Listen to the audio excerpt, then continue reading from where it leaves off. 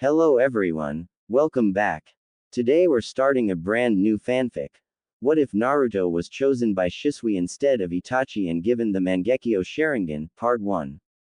If you enjoy this story, please like the video, subscribe, and let me know in the comments if you want a Part 2. Now, let's begin the fanfic. Shisui Uchiha stood broken. His emotions were already wrecked from the stress of dealing with his clan, which was poised to revolt. Losing his right eye to Danzo's treachery was like rubbing salt in his wound. He had intended to use his Koto Amatsukami to protect the village, to guide the Uchiha down a path of peace. Now, that hope was all but shattered. He struggled to control the feelings of anger and betrayal threatening to consume him. He couldn't afford to falter now. The village's future still hung in the balance. Danzo had poisoned him while taking his eye, so he suspected he didn't have much time. His left eye was still intact as he had managed to get away from Danzo before he took that as well. But it would die with him thanks to the poisoning. He couldn't allow that to happen. He needed to find someone worthy to inherit his power, someone who could carry on his mission and safeguard the peace he had fought so hard to maintain. His mind immediately jumped to Itachi. But he discarded that thought as soon as it came to him. Itachi treasured the village above all else bar his little brother. He had a suspicion that if the worst came to pass, Itachi would carry out Danzo's will to eliminate the Uchiha clan if Sasuke is spared. This was not something he could condone. Kinslaughter for the sake of peace was a slippery slope, and he wasn't confident that Itachi's choices would be best for the village. Leaving out Itachi presented a problem. There was no guarantee Sasuke would live, even if Danzo promises this to Itachi. Even if he did, the poor kid would suffer so much trauma that Shisui couldn't guarantee that he would be mentally stable. There were very few people apart from the Uchiha who could handle the chakra requirement of the Sharingan.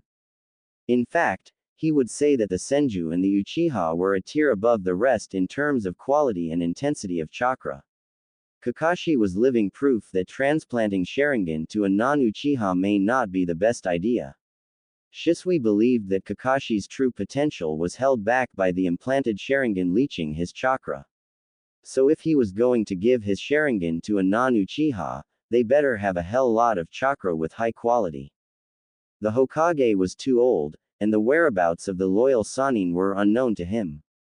This left him with precisely one option. Naruto Uzumaki, hailing from a clan related to the Senju and possessing exceptionally strong chakra. He had watched the kid often during his patrols or as part of his duty, since the Jinchuriki is a high-value asset of the village. Even though he suffered a lot of hate from the villagers, Naruto did not resent them for it. He still sought to be acknowledged by those who scorned him. As far as Shisui could see, Naruto did not have the capacity to hate. This, more than anything else, made him the ideal candidate in Shisui's plan for his Sharingan. His time was limited. With his mind made up, Shisui headed towards Naruto's apartment. There were two ways to give the Sharingan to Naruto. If he implanted it on him, it would be next to impossible for the boy to control it. The other option was to transfer the special chakra that resided in his brain to Naruto. This chakra was responsible in converting a normal eye to the Sharingan, and Shisui theorized that transferring that chakra would also transfer the Kekkei Genkei. The only problem was that the transfer would probably cost him his life, and the one receiving the transfer should be well equipped to handle it without allowing it to overload their brain. Shisui was already a dead man walking thanks to Danzo. To ensure that his ocular chakra would not harm Naruto, he would have to seal it within Naruto until he became adept at controlling chakra. As an academy student, Naruto did not have anywhere near the level of control required to use a Sharingan, let alone his Mangekyo. In a couple of years, Shisui was sure Naruto would be able to control the onslaught of his ocular chakra by virtue of him possessing an equally exceptional chakra. Little did Shisui know the consequence of melding the chakra of an Uchiha descendant with the chakra of a Senju descendant.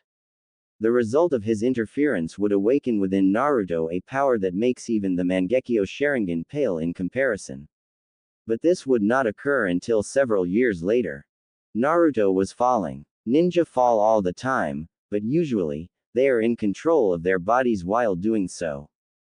The depth of the chasm Naruto was thrown into ensured that he could not boast any such control over his body. In fact, he was rapidly accelerating and everything around him was blurring. I'll kill that pervy sage if he doesn't kill me first. Arg. In a fit of desperation, Naruto tried to cling to the walls of the ravine, but his speed ensured that all of his efforts were futile. A few years ago, when Shisui Uchiha transferred his ocular chakra to Naruto, he kept a few fail-safes to make sure Naruto was protected. First, he conditioned that the seal withholding his ocular chakra be released only when Naruto achieves a specified level of control of his chakra. This requirement would be relaxed if the seal detected a life or death situation. Both these requirements were satisfied simultaneously at this moment. Naruto had learned the water walking exercise, which gave him the bare minimum chakra control specified by Shisui. When he was hurled into the ravine, Naruto's adrenaline levels skyrocketed enough to trigger the second failsafe condition. Thus, at that moment, the seal withholding Shisui's ocular chakra became undone. The chakra of a descendant of the Senju lineage mixed with the exceptional ocular chakra of the Uchiha, triggering the rebirth of the most powerful bloodline limit in history. Within the confines of his seal, Kurama sensed a chakra that he had almost forgotten for 1,000 years. Naruto wasn't sure where he was, but he sure wasn't falling anymore. That was good. Unless he's dead. That wouldn't be good. Naruto Uzumaki. Naruto whirled around, looking for the source of the voice. He was sure he was alone. It looked like he was standing on water with just a pitch-black void surrounding him. However, he was no longer alone. An old man wearing a long white robe stood before him. His clothing had wide sleeves and a high collar. The robe has intricate black tomo symbols. Over the robe, he wore a black sash tied around his waist. He held a tall, black staff with a circular ring on the top, through which 6 smaller rings were attached. Most of this was lost to Naruto, who focused on the fact that he had 2 horns, weird eyes, and what looked like a blood-red third eye above his nose. Ah, an Oni. Get away from me. Naruto tried in vain to scramble back, for the distance between them remained the same. Hagoromo Otsutsuki sighed. He had not intended to meet with Ashura's descendants so soon. The boy was too young to understand his philosophies or the complicated history of the world. However, Shisui Uchiha had caused a complication. Thankfully, this complication was not as bad as what had happened with Madara. I will not harm you, child, Hagoromo spoke softly. I am not an Oni. I am but an old man, a hermit watching this world. What? Naruto blinked. Why do you have horns then? That is genetic. Think of it like a bloodline limit. Hagoromo sighed. He had faced some bad representative due to his horns even during his lifetime. Okay. Naruto looked around. Where are we? Who are you and what do you want with me? The simplest explanation I can give you is that we are in your mind. Inside your consciousness. My name is Hagoromo Otsutsuki, once known as the Sage of the 6 Paths. I lived 1,000 years before your time. Certain circumstances have caused me to appear inside your mind. What circumstances? Naruto did not have a single clue what the old man was talking about. Wait, if we are inside my mind, am I still falling down? Do not worry. Time passes here much slower than it does outside. But it would be wise to shorten our conversation. Hagoromo soothed him. It's a long story, but I will tell you the essentials. You are a descendant of mine through my younger son, Ashura. This is because your Uzumaki clan is an offshoot of the Senju clan founded by Ashura. My elder son, Indra, formed the Uchiha clan that you undoubtedly know of. Hagoromo smiled when he saw Naruto scowl, thinking of Sasuke. 3 years ago, an Uchiha intentionally passed on his chakra to you, causing the chakra of the Senju and the Uchiha to merge inside of you. Naruto nodded mutely, not understanding the significance of what he was hearing. I don't remember it, though. Why did he do that? You were probably asleep while he did it. He did it hoping that you would carry on his ideals of peace and protect his village. Your unique chakra as part of your Senju lineage made you a suitable candidate, along with the ability to withstand the hate of the village for no fault of your own. Naruto grimaced. You will understand more in due time. Just know that the one who did this was an exceptional shinobi called Shisui Uchiha. Naruto vaguely recalled Sasuke being picked up by an uncle Shisui once after the academy was over. Hagoromo continued. This mixing of chakra caused my chakra to awaken within you, Naruto. The bloodline limit of the Senju lies in their exceptionally strong chakra that can accommodate any elemental nature. This power lies dormant within you already. When the special chakra of the Uchiha was mixed with it, the combination produced my own chakra as a result. This is the reason why I have come here to meet you. I will now explain what it means to wield my power, and give you a few suggestions on how to control it. A moment later, Naruto opened his eyes in the real world. His hand pointed to the ground on its own accord. Shinra Tensei. An otherworldly power burst forth from his arms and pushed against the rapidly approaching ground. His descent slowed, stopped, and reversed. In a moment, he was shooting upwards rather than plummeting to his death. Jiraiya did not see any sign indicating that the Nine Tails chakra was being unleashed. A crippling fear gripped him when he realized that he might have been a tad too much reckless in his plan. Although Jinchuriki were known to be sturdy, a drop from such a height might actually kill the boy if the Nine Tails didn't cooperate. A moment passed, and he saw the subject of his concern barreling upwards, towards him. He barely had a moment to blink owlishly before Naruto's fist collided with his jaw and he was sent flying. OWW. What is your face made of, old man? Naruto complained, cradling his broken wrist. Jiraiya got up from his undignified sprawl, rubbing his jaw with a pained expression. You pack a punch, kid, he muttered, trying to shake off the impact. But you might want to work on your technique a bit more. Looks like you hurt yourself more than me. He grinned. No kidding. Naruto glared at his new teacher. You could have just ditched me if you didn't like teaching me that much. No need to try and off me. Now, no pain no gain. Holy, is that a Rinnegan? Jiraiya gawked, his eye bulging out in surprise. Indeed, the clear cerulean blue eyes of his student were replaced with a steel-gray sclera and black circles in a ripple pattern similar to his first student. Oh yeah, he told me my eyes would change, Naruto muttered. Do you have a mirror or something? Jiraiya produced a mirror from his pocket, to which Naruto raised a questioning eyebrow. For research, Jiraiya smirked, and Naruto rolled his eyes before taking the mirror to inspect his new look. He studied his reflection, turning his head from side to side.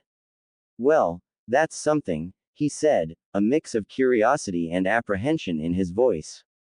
You said something about someone telling you this would happen. Jiraiya asked probingly, his tone nonchalant. Inside, his mind was working a mile a minute, thinking of all the possible explanations for this. He could come up with none. Naruto's chakra was still mostly the same, so that ruled out the possibility of him being switched by some imposter. And an imposter wouldn't go to the trouble of distinguishing himself from Naruto's appearance so blatantly. I met an old alien sage in my mind when I was falling to my death. Naruto huffed and crossed his arms. Speaking of which, alien sage, Jiraiya furrowed his brows. He called himself the Sage of the Six Paths or something. What? Is he a big deal? Jiraiya was stunned. A big deal. Naruto, the Sage of the Six Paths, is the founder of ninjutsu and the ancestor of all shinobi. If you met him, it's the biggest deal in history. But he lived 1,000 years ago, so I'm not sure how you might have met him. If you didn't have a Rinnegan right now, I wouldn't even be considering what you said as the truth. Naruto blinked, processing the information. So, this guy is important. Great. What does that mean for me? That depends on what he told you. Jiraiya trailed off, prompting Naruto to explain his situation to him. Half an hour later, Both Jiraiya and Naruto were waiting patiently as the third Hokage finished smoking 6 straight pipes after processing the information that was conveyed to him. As his hands twitchingly went for the 7th pipe, Naruto cleared his throat impatiently. Ah, forgive me, Naruto. I am merely contemplating the implications of this revelation. The third Hokage and the third person to hold the title of the God of Shinobi said in embarrassment. What Naruto had revealed to them was a world-alteringly significant piece of information. Naruto shifted uncomfortably. So, what do we do now, old man? The third Hokage sighed, putting down his pipe. We must be cautious. The power of the Sage of the Six Paths is immense. We need to ensure you can control it and understand its full potential. This is not something we can take lightly. You said the sage imparted some of his knowledge to you. Naruto nodded hesitantly. It's difficult to explain, but I feel like I understand this chakra stuff a whole lot better now. He opened his palm, and a black rod materialized in it. Is that? The third Hokage asked in shock. Yin-yang release, I believe. Jiraiya breathed reverently. Lord Fukusaku had mentioned stories told to him by Lord Gamamaru. It's the real deal. Hiruzen swallowed. Can you float, Naruto? Maybe. Naruto tried to emulate what he did during his fall down the cliff. Slowly, his form rose from the ground as if gravity held no meaning. He still wobbled, but he had accomplished something the third had only seen Onoki of the Hidden Stone and his predecessor do before. Excitement bubbled in Hiruzen's chest. The potential that Naruto was demonstrating was endless. He thanked Shisui a million times for his sacrifice and for strengthening the village. He still bitterly regretted the fate of the Uchiha. Shisui would have hated that his fears had come to pass. He passed a sheet of chakra paper from his desk to Naruto. Channel chakra into it, he instructed. Naruto did as he was told. The paper disintegrated. Jiraiya tilted his head. The reaction was similar for Nagato. To Naruto's questioning look, Jiraiya said, I'll tell you about him later. The chakra paper isn't designed to withstand such a powerful chakra, Hiruzen concluded. Perhaps it's mimicking the reaction of particle release, as it might be the closest known affinity to the yin-yang release of the six paths. Hiruzen's expression turned serious. Jiraiya, from this moment, you are to focus your efforts on training him. Only 3 days remain for the Chunin exams, which is too short of a time for him to reveal his Rinnegan. We need to come up with a way to hide it. Actually, the old alien sage taught me how to cover it up. Naruto smiled. Suddenly, his eyes looked the same as before. I didn't know that it could be deactivated. Jiraiya was overjoyed. A lot of the headaches associated with the emergence of the Rinnegan were now postponed until Naruto would be ready. They can, but that's not what I'm doing, Naruto said, a little smugly. He said it's a perception filter or something. Naruto struggled to explain it. It's not a genjutsu, it just changes the light reflected from my eyes to make it look like my eyes are normal. He said it may not completely work on exceptionally gifted Hyuga clan members, though. I can deactivate the Rinnegan, but he said with this, I can still have the advantage of seeing through it without letting others know about it. What? The third asked in a daze. He couldn't see the depth of Naruto's new ability. Somehow, I have a feeling I didn't even scratch the surface of the Rinnegan's potential with Nagato. Jiraiya shook his head in amazement.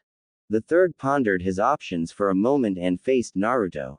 Naruto, for your safety as well as the safety of our village, do not reveal your Rinnegan until Jiraiya allows you to do so.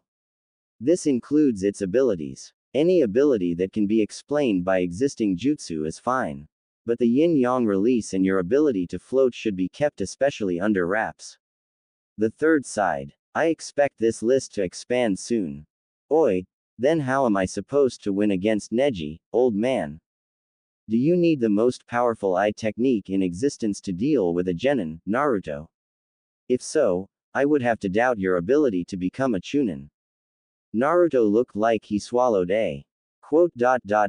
I guess not. But he has freaky eyes too. Well, I'm sure your Rinnegan would be able to show you most of what Neji can see with his Byakugan. Jiraiya consoled. And you would be training under me. So there really isn't any need for you to worry. As long as you don't throw me off a cliff again, Naruto muttered. Unfortunately for Jiraiya, the third heard him. Did you leave out anything significant in your explanation earlier, Jiraiya? The third asked him in a deceptively calm tone. Oh, heh, maybe. Naruto stood in a clearing of Training Ground 44, otherwise known as the Forest of Death. The morning sun cast long shadows across the training ground. The third Hokage had chosen this place for training as only a few shinobi ever trained there, and it was easy to prevent anyone from spying on Naruto's training. He even had Anbu and Jiraiya's summons set up a perimeter since they had to be wary of Orochimaru. Naruto felt a mixture of excitement and apprehension as he faced both Jiraiya and the third Hokage, Hiruzen Sarutobi. The two legendary shinobi had decided to train him together for today, as they had to make sure that Naruto could understand and control the Rinnegan in the shortest time possible.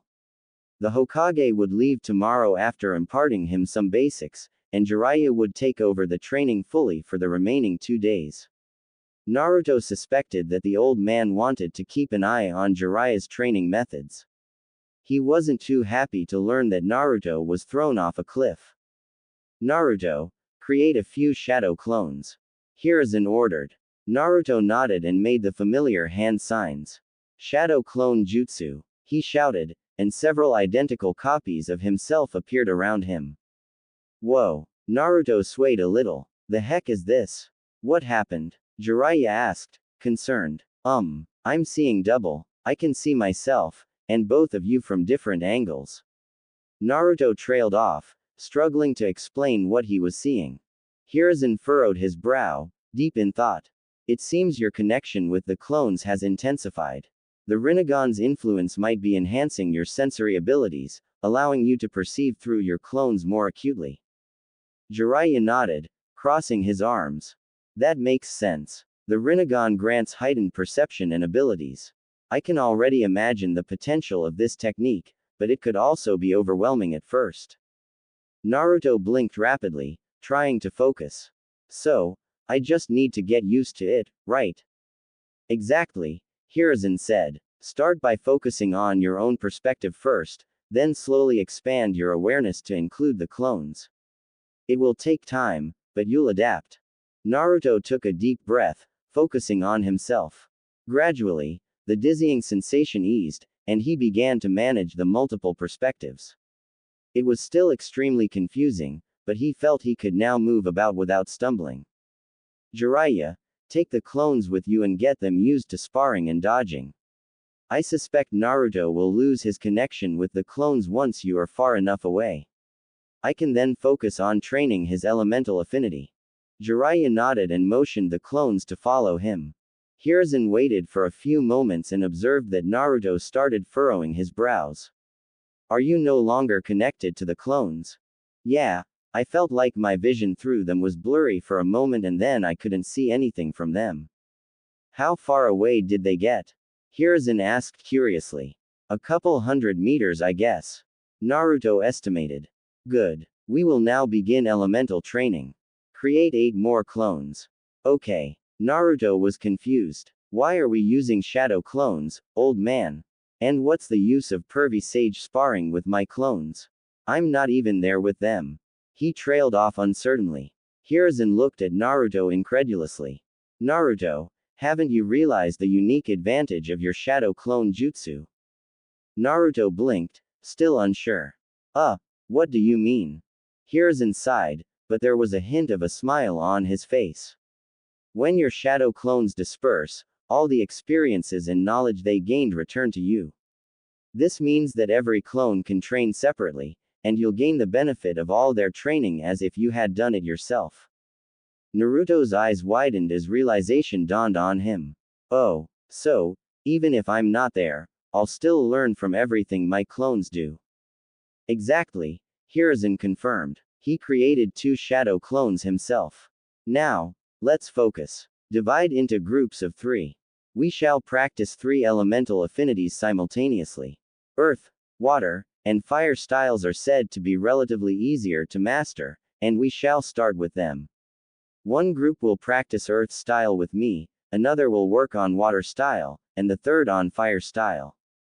The clones nodded in unison, splitting into 3 groups. Hiruzen led his group consisting of the original Naruto to one side of the clearing. Hiruzen began his lesson. Naruto, controlling Earth chakra requires patience and precision. I think with your Rinnegan, it would help if you watch me perform a few Earth-style techniques that highlight the different applications. Understand how the normal chakra is converted to attain the change of nature and watch how the hand seals influence this change. This is an unconventional way of teaching this, but it may be more beneficial for you. Now, watch closely. Hiruzen performed a series of hand seals with deliberate precision. Earth style. Earth Dragon Bullet. He declared. The ground shook as a massive earthen dragon emerged, opening its massive jaws before launching multiple earth projectiles. Notice how I convert my chakra into earth nature, Hiruzen explained.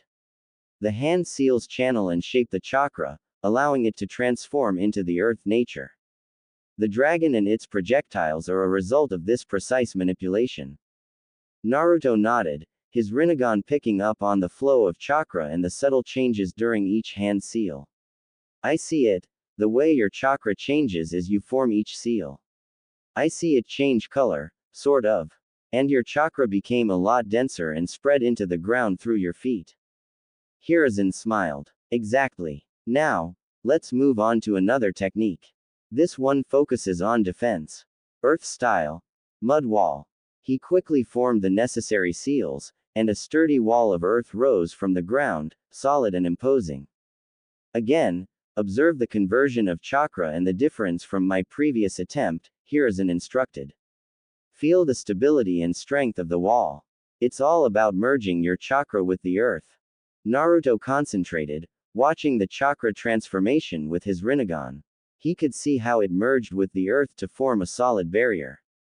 Hiruzen demonstrated a few more techniques, each with deliberate precision, while going into more detail on each jutsu each time.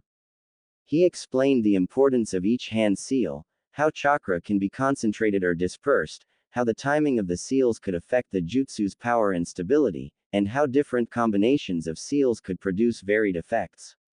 He was enjoying the resumption of his teaching after such a long time.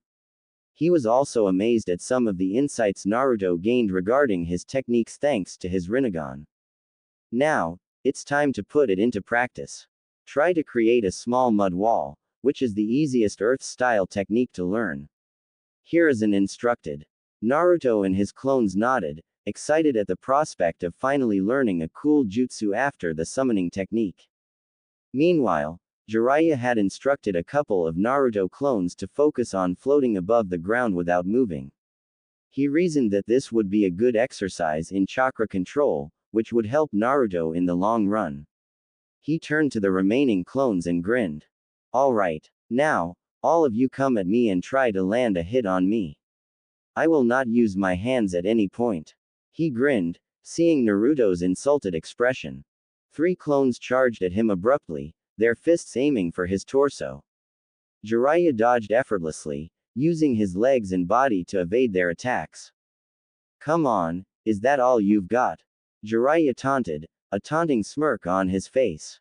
The clones regrouped and attacked again, this time coordinating their efforts. One aimed high while the other 2 went low, trying to corner Jiraiya. He leapt into the air, flipping over their heads and landing gracefully behind them.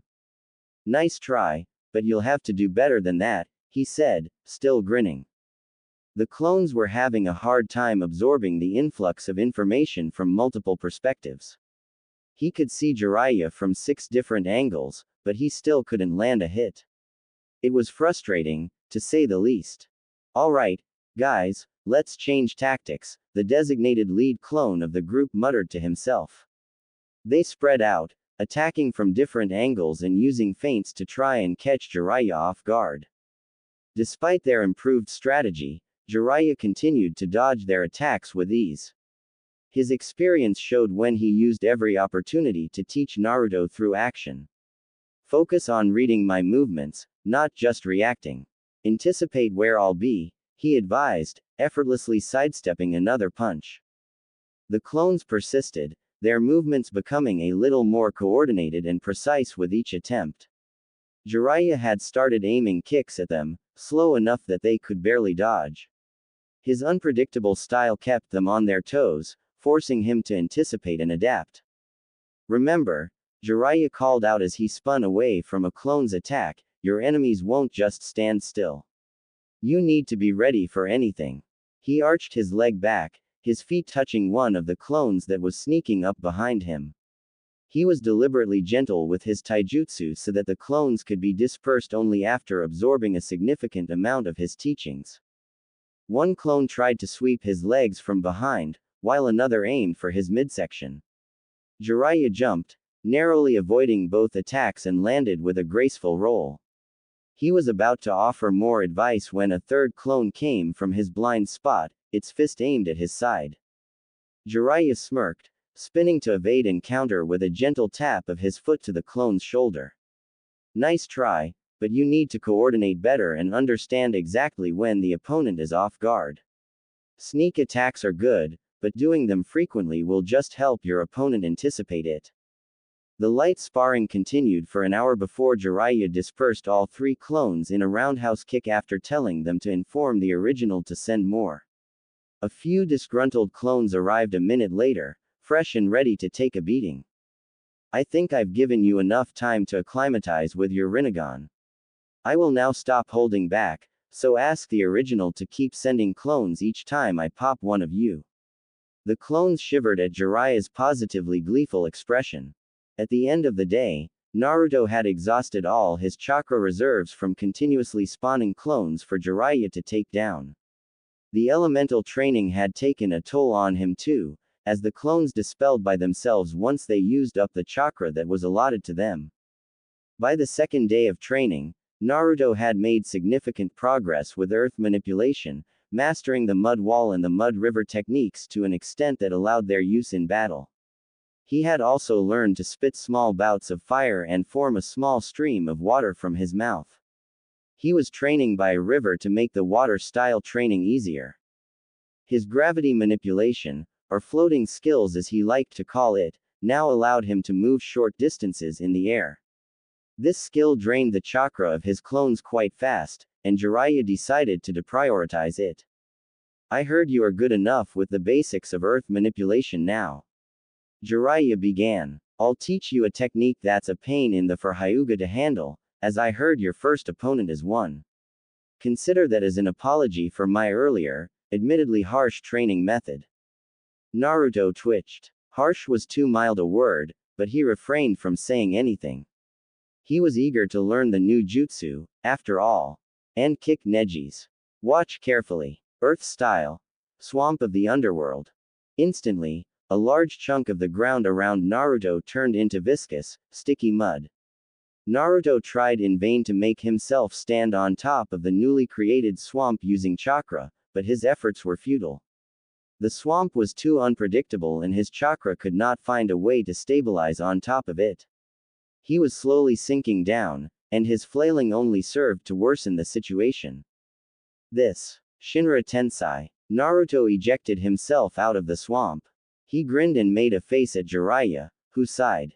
That's cheating, he muttered. Anyway, you can't be sure the Hyuga kid can't do that. So as long as you practice this today and tomorrow, there will be very few opponents of the genin level you can't handle. Really? Naruto was excited. This seemed like a super neat jutsu. Yeah, it's a ranked for a reason. It's my own original jutsu, you know. The only catch is that you need a lot of chakra to make it work and you need to be quick enough to execute it. The chakra will not a problem for you. Those without elemental ninjutsu would find it hard to escape from this. Let me try. Earth style. Swamp of the underworld. Naruto exclaimed, imitating what he had seen Jiraiya do. A miniature puddle formed in front of him. Naruto cursed out loud. Ha, you'll need a lot more chakra than that, kid. This isn't a mud river, it's a swamp filled with thick chakra. Earth style. Swamp of the underworld. Naruto repeated, amassing as much chakra as he could control at the moment. Jiraiya swiftly jumped back as his immediate surroundings turned into a marshland. A few nearby trees toppled over as the swamp began to gradually increase in size. Naruto once again felt the familiar sensation of the swamp pulling him down. You need to strengthen the ground beneath you, obviously. Jiraiya tsked. And then work on the speed of the jutsu. The Hyuga would have disabled you by the time you pull this off if that's the best you can do. Gee, did you get this far on your second try, pervy sage? Naruto asked, sarcasm dripping in his voice. I didn't have a legendary eye with me, kid. And I invented it, so it took longer. Jiraiya crossed his arms. Now, on with it. Naruto grumbled as he created a few clones and started working on the new technique. A bit further away, his other clones were practicing fire and water manipulation while a few others were sparring with each other to hammer in the lessons from the previous day. Jiraiya was sure the final stage of the Chunin exams was going to be very interesting this time around. He didn't know how right he was. Naruto entered the Konoha Stadium, the venue for the final round of the Chunin exams. The whole place was buzzing with anticipation and excitement. The stands were filled with spectators, and Naruto saw some familiar faces among them. His Rinnegan, covered under the illusion devised by the sage, could pick up the large and small chakra sources surrounding him. He could easily find the Jonin sensei and his former classmates near them. Hinata was still looking a little worse for wear from her battle with Neji. He would make sure to kick H's for her. Next to her, he saw Sakura. Her chakra was minuscule, and Ino's wasn't much better. He was surprised to find that Gaara's chakra was one of the largest among those present, barring the cage and Jiraiya. Speaking of which, there was something not quite right about the Sand Village cage sharing the booth with the old man. He figured it was probably a bloodline limit, but he was weird. Naruto didn't know how to explain it, but the guy felt evil. He joined the other genin who were lined up, each one standing tall and ready. Well, except Shikamaru, who was slouching. He grinned and stood next to the lazy Nara. Shikamaru's chakra was the smallest among the contestants, but he could see that it was heavily yin-natured with only a little yang chakra. That explained the Nara clan's affinity to shadows, Naruto supposed. He felt thankful that the Hokage had given him a brief review of all the known chakra natures and their combinations. Naruto frowned as he couldn't locate Kakashi or Sasuke in the crowd. They were probably running late, which was unsurprising since it was on form for Kakashi. Speaking of which, that's another bastard that needed some ass kicking. The proctor for the exams stepped forward, his voice booming across the stadium. Welcome to the final round of the Chunin exams. Today, each of you will have to fight for your life to show that you are worthy of the title of Chunin. Anything goes from this moment on, although you may get more points if you keep your opponent alive at the end of it. As one of the contestants for the first match is no longer with us, the first match will be Naruto Uzumaki vs. Neji Hyuga. The remaining contestants are to observe from the stadium until your turn arrives. As the other contestants moved to the gallery, Naruto took his place in one half of the arena. Neji faced him with his usual calm demeanor, his Byakugan activated. A tense silence fell over the stadium. I see that you have decided to fight fate and partake in this meaningless battle. Know that it is futile. Neji smiled, knowing that his words would grate on his opponent's nerves. Naruto took a calming breath. If you're so sure of yourself, Neji, let's make a wager, shall we? What do you have that would be of use to me? Neji snorted. Afraid of losing, I see. Naruto nodded understandingly. Wager something worthwhile and I might take you up, Neji glared fiercely. Or stop this childish babbling. I'll wager my forehead protector. Naruto declared. And you have to stop being mean to Hinata if you lose instead. Naruto, what are you doing? Sakura shouted from the stands, horrified. Wagering one's forehead protector would be equivalent to giving up being a shinobi. He's lost it. Ino shook her head. There's a time and a place for showing off. He's gained a lot of confidence. Shikamaru frowned. I know he's an idiot, but this seems excessive. Many in the crowd were equally perplexed by Naruto's declaration, having already decided that the fight was a foregone conclusion. Hiruzen Sarutobi watched intently from the cage's booth, wondering if Naruto could afford to be that confident. Back in the arena, Neji's grin widened. Either way, you win. You will not die a pitiful death in the field if you are no longer a ninja. But, I accept your challenge. It will be amusing to see you fail. Naruto grinned right back. I'll make sure you regret underestimating me, Neji. The proctor raised his hand, signaling the start of the match. Begin. Naruto immediately created several shadow clones, surrounding Neji. The clones rushed in, attacking from all sides. Neji's eyes narrowed, his Byakugan active. He moved fluidly and struck the approaching clones with pinpoint accuracy. His gentle fist technique disrupted the chakra of each clone he hit, causing them to disperse in puffs of smoke. Next, Naruto created even more clones and had them take out Shuriken this time. A barrage of Shuriken assaulted Neji from every direction. Neji was no stranger to facing such an onslaught of weapons, thanks to his teammate. He didn't hesitate and automatically switched to his default counter. 8 trigrams, palm rotation. Neji spun where he stood, and a spherical dome of chakra expanded outward, surrounding him. The spinning barrier deflected the shuriken with ease, sending them clattering to the ground. What's that jutsu? Sakura asked, curiously. She hadn't seen Hinata use something like that before. The palm rotation is a secret technique of my clan, Hinata said softly, surprise evident in her voice. I didn't know Neji Nisan had mastered it. It relies on expelling chakra through all the points in the chakra network to create a shield. It's our clan's absolute defense. Sakura frowned, worried. Naruto's go-to move was his shadow clone. I hope he's learned something new. She didn't have much hope, since Kakashi-sensei was focusing on Sasuke. As soon as the wave of attacks subsided, Neji dashed towards the nearest Naruto clone. With a single strike, the clone dispersed in a puff of smoke. Neji moved to the next clone, striking it down with the same efficiency. Naruto smirked and created more clones. Half of the clones in Naruto quickly flipped through some hand signs.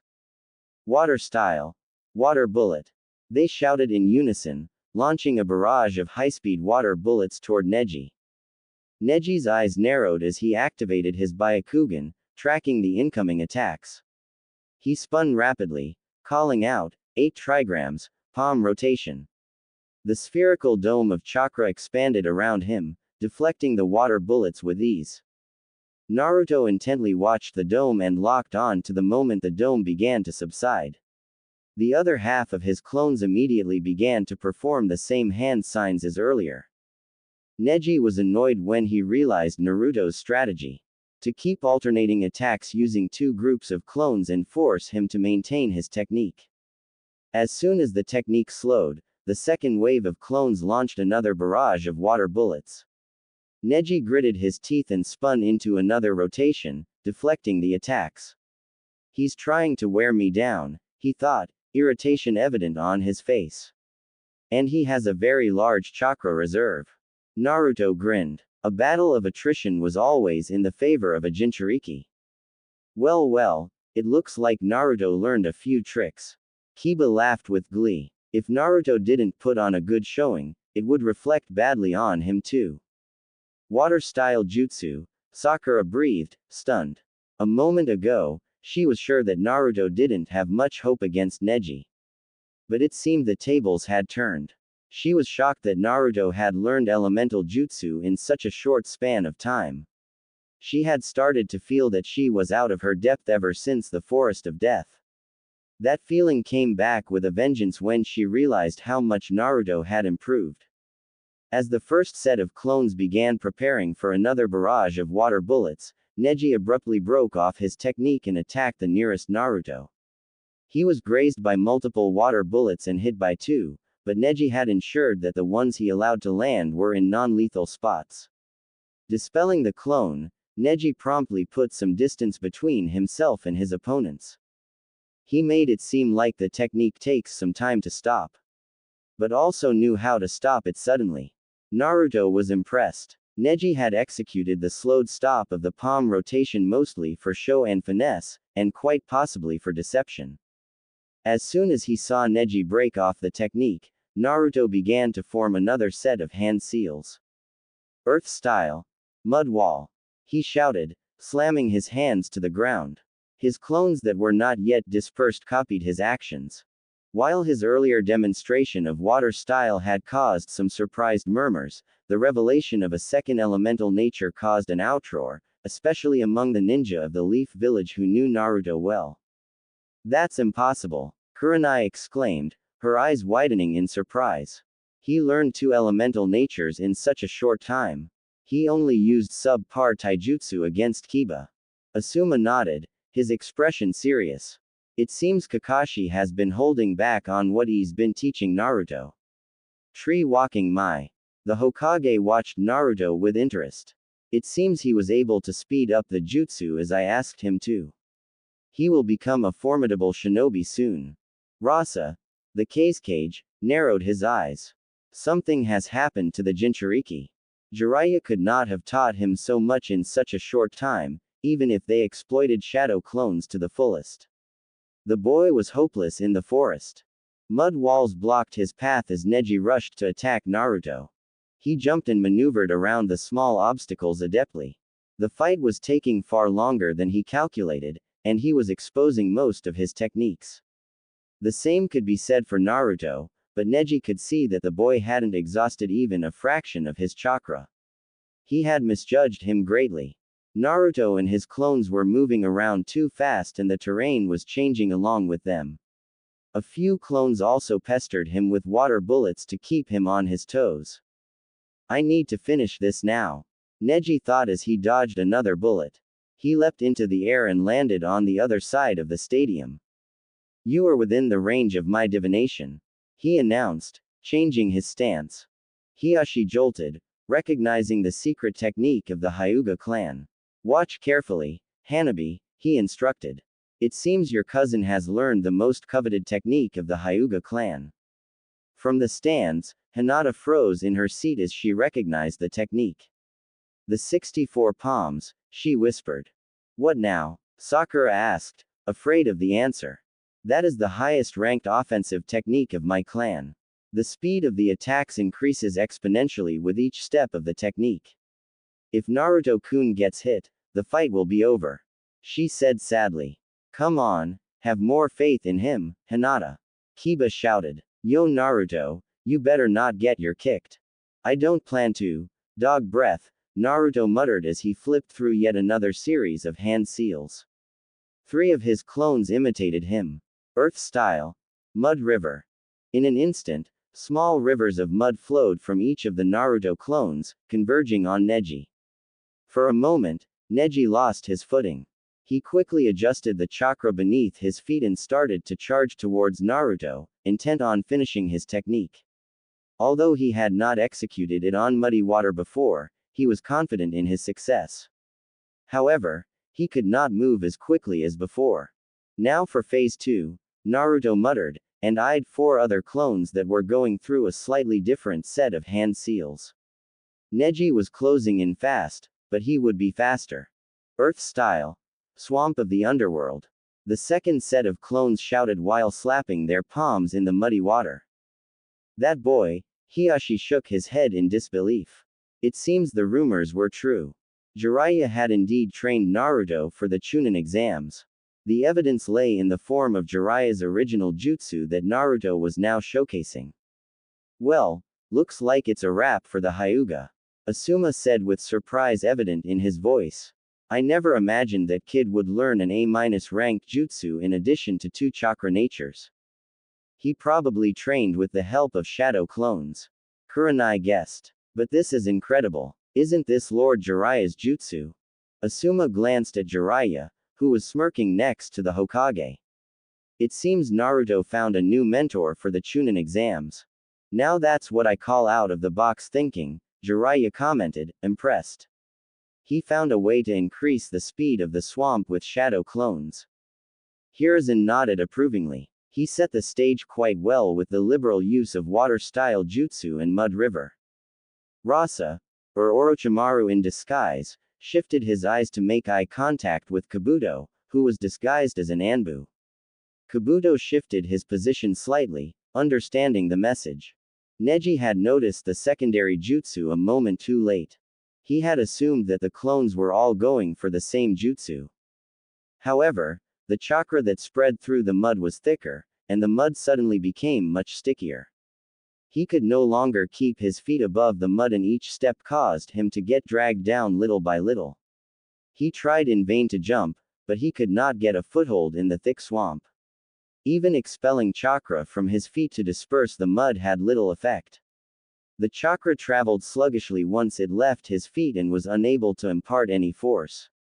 Neji's mind raced as he tried to find a way out. I can't let it end like this, he thought, panic setting in. He focused his Byakugan, scanning the swamp for any weak points or inconsistencies that he could exploit. But the swamp was dense and filled with shifting chakra which would pull him down wherever he escaped to. Neji attempted to use his gentle fist to push away the mud, striking the surface with precise chakra-infused blows. However, the chakra dispersed harmlessly through the mud. He then tried concentrating chakra on his feet in a desperate bid to create a solid platform to leap from. But he could not create a foothold in the ever-changing swamp. Damn it! Neji cursed, realizing that his usual techniques were ineffective. His set of skills were too specialized, and this swamp was a nightmare for taijutsu users. This was probably a very high-ranking jutsu, something he wouldn't have imagined Naruto to be capable of. Was this fate's way of mocking him? Neji had thought that talent was absolute and determined at birth. But someone whom he had deemed to be talentless had now completely outmaneuvered him. If this was a real fight, he would be dead already. He could not move, or dodge effectively, and his rotation would not work from the moment he got stuck in the swamp. Naruto and his clones simply had to throw their weapons or techniques at him. There was no way he could deflect them all. How can this be happening? I was born with the Byakugan, the prized bloodline of the Hyuga clan. I trained relentlessly to master the gentle fist. You couldn't even win properly against Kiba a month ago. How did you get so much stronger in such a short time? Those eyes of yours, Naruto replied. No matter how good they are, they can't see anyone's fate. They can't see anyone's talent. You think you know everything about me because of your eyes, but you don't. You don't know how hard I've worked, how much I've struggled.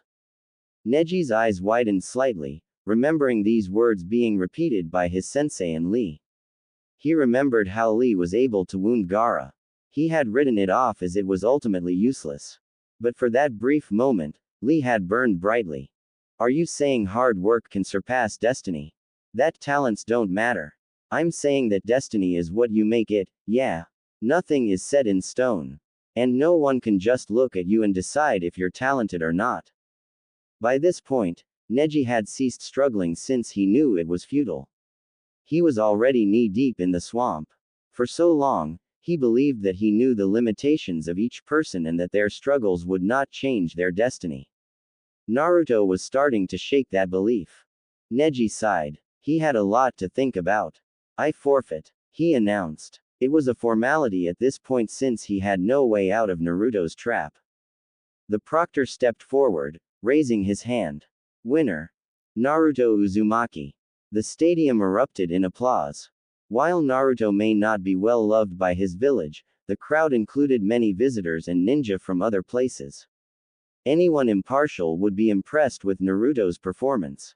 He had also impressed many of Konoha's ninja as well. Well, what do you know? Asuma chuckled. Quite an upset. I'll say. Kurenai was equally impressed. Guy gave a thumbs up to the contestants. Naruto, you have shown the true power of youth through your determination. He turned to Neji, tears streaming down his face. Neji, you have also grown so much. Your resolve and spirit were magnificent. This is just another step in your path to even greater heights.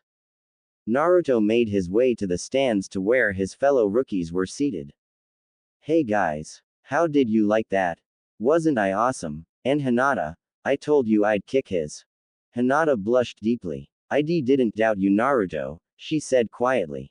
Naruto was touched at her vote of confidence. Did you hold back on me? Kiba blurted out, feeling a little upset. Wah. No, I didn't. Naruto raised his hands defensively. So you're telling me that you learned all that? Kiba waved his hand at the mess that was the stadium, in a month. Naruto grinned sheepishly. Yeah, pretty much. I know, I'm awesome. Suspicious is more like it, Ino chipped in. How can you get that good in a month? Why didn't you do it earlier then? Naruto scratched the back of his head. Well, I had some help from Pervy Sage, and I used a lot of shadow clones for extra training. I worked really hard, believe it. Wait, who's Pervy Sage? Sakura cringed at the nickname. That old geezer over there. Naruto pointed towards Jiraiya's position in the cage box. Jiraiya, who saw him, gave him a jaunty wave. Who's that? I've never seen him before, Shikamaru frowned, trying to place the old man. I believe that is Jiraiya of the legendary Sannin, Shino said quietly. What? Sakura's head snapped toward the old man Naruto had just called a pervert. No way.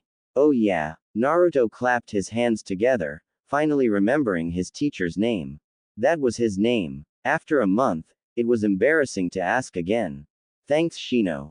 The genin just looked at Naruto in disbelief. Standing a little behind the group, Kabuto, disguised as an Anbu operative, caught every bit of that conversation. There's something you aren't revealing, Naruto. Lord Orochimaru would be most interested to know what that is.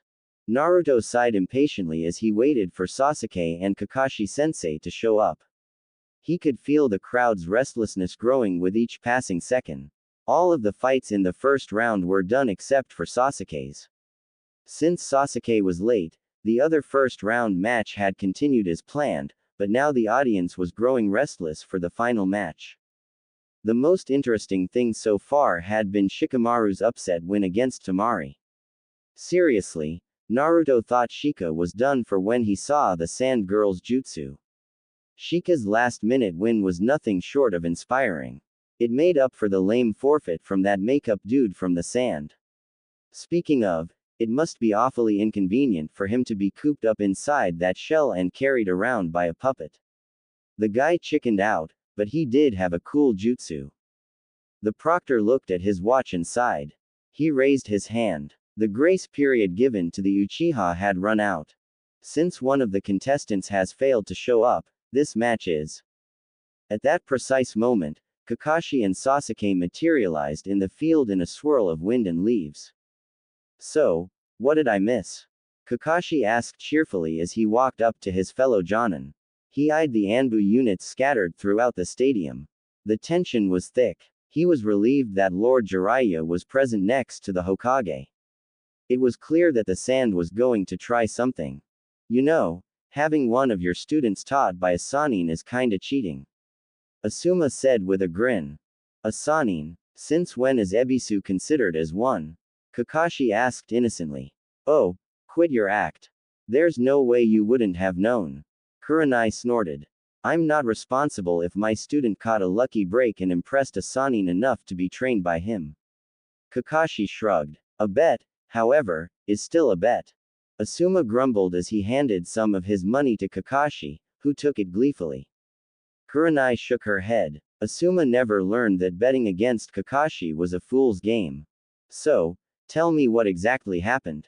I can see that Naruto is looking none the worse after his battle. Kakashi observed, impressed despite himself. He expected at least a few of his chakra points to have been blocked.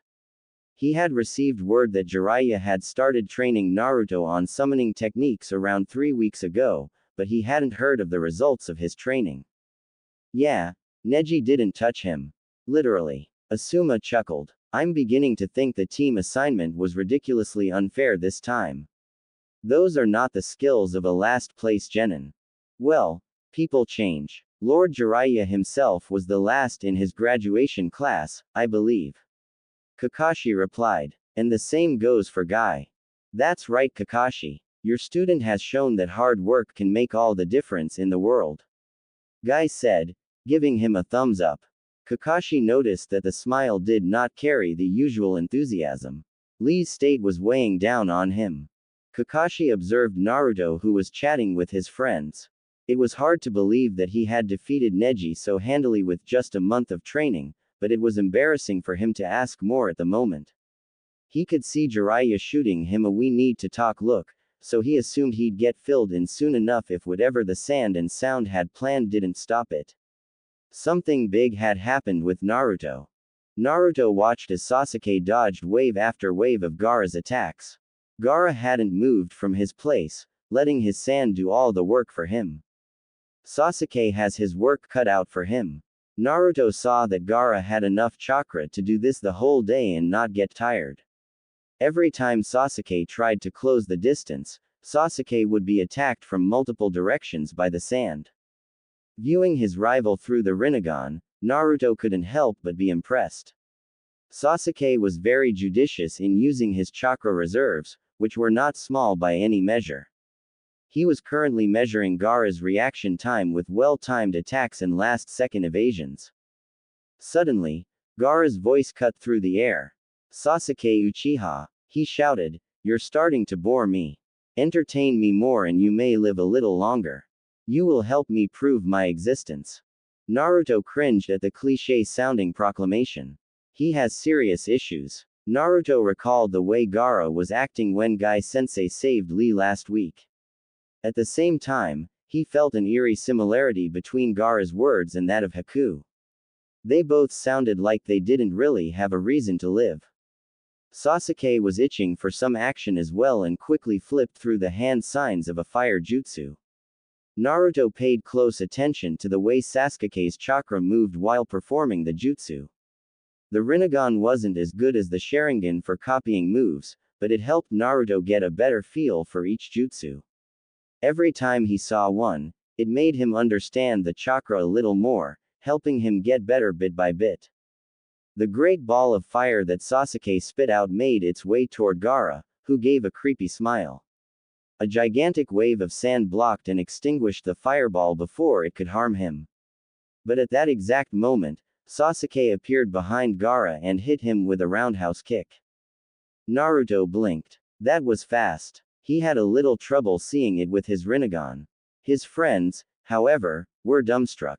To them, it was as if Sasuke had teleported. Gaara shot towards one of the side walls of the arena. A cushion of sand was already there waiting for him, absorbing the shock of the impact. Sasuke was already running towards Gaara while flipping through a new set of hand seals, which Naruto recognized to be that of a lightning-style jutsu. As he heard the familiar sound similar to the chirping of birds, Naruto sent Kakashi a look of betrayal. He should have taught me that, damn it. Gaara's hastily conjured sand shield could not hope to stop Sasuke's attack. The Chidori, a high-pitched, chirping mass of lightning, sliced through the sand like it was nothing. Sasuke's hand, crackling with electricity, thrust forward, aiming directly at Gaara. That's the second A-ranked jutsu shown by a genin today, Asuma complained. Second, did Lord Jiraiya teach Naruto the Rasengan? Kakashi wondered. Suddenly, a scream of pain echoed through the arena. My arm. Gaara howled as the Chidori connected with his left arm. Although he had managed to avoid the attack's intended target, his hand was now bleeding from the cut. Reacting quickly, he encased himself in a thick shield of sand. At that moment, Naruto could feel that something had changed. He noticed a very thin layer of chakra, almost like a fog, descending on the audience. Suddenly, everyone was starting to feel sleepy. Recognizing the descending yin chakra as a genjutsu, Naruto quickly agitated his chakra. He saw that a few of his friends had also fallen victim to the genjutsu, and quickly moved to assist them. Naruto whipped his head around when he heard the sound of a high-pitched scream from Sakura. His blood froze when he saw that she was now unconscious and being carried by an Anbu operative. He who most definitely was not an Anbu if he pulled something like this. Hey, why did you attack her? Naruto shouted, quickly creating several clones and charging toward the unknown Anbu. Follow me and you might find out, said a condescending yet familiar voice from beneath the mask. The Anbu swiftly rushed out of the stadium, with Naruto hot on his heels. That almost sounded like Kabuto. Nah, can't be, Naruto thought, shaking his head as he continued the pursuit. Naruto. Kakashi sprinted towards his student, recognizing the hostage tactic. They were probably trying to incapacitate the Jinchuriki before he became a problem. Before Kakashi could reach Naruto, 4 sound ninja materialized in front of him, surrounding him. You will stay right here. One of them barked. Reacting swiftly, Kakashi uncovered his Sharingan and created a clone. The clone immediately began flipping through hand seals. Ninja art. Summoning. The clone called out, bringing forth Kakashi's faithful Nin-Ken to track and pursue Naruto. Meanwhile, the original Kakashi went through the hand signs that Sasuke had used moments before. Lightning crackled around his hand as he prepared a Chidori, staring down the sound Jonin who encircled him. I'm sorry, gentlemen, but I'm on a tight schedule. I'll have to cut this meeting short. Sasuke quickly dispelled the genjutsu and scanned the area for the source. He saw the chaos unfolding around him, Sakura being kidnapped, Naruto giving chase, and Kakashi being intercepted.